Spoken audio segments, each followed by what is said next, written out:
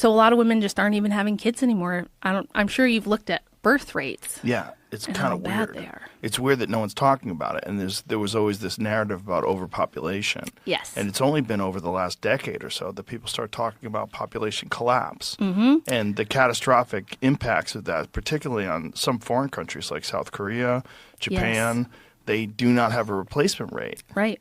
There won't be a South Korea in the near future if something radical doesn't happen over there.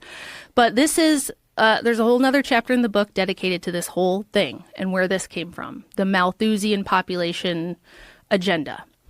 Margaret Sanger gave me nightmares writing the chapter about her. I literally had nightmares about her because she was so evil. Like, it's hard to... Everybody's heard what she said about black people by now. Most people have heard that. What did she say?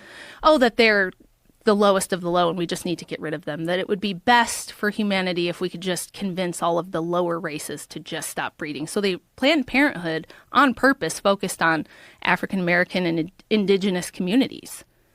And poor whites, too. But she was part of the Rockefeller Bureau for Social Hygiene. It was a eugenics program. And Planned Parenthood was a eugenics program. And she was so antinatalist. You can find clips of her on the internet now where they would interview her on the radio and she'd say, if it were up to me, nobody would ever have babies anymore. We just would stop having them because life is terrible and life is hard and it's suffering, and bringing children in the world is a terrible thing. Especially, she said, this is a famous quote of hers, the most kind thing a large family can do to one of its young members is to kill it.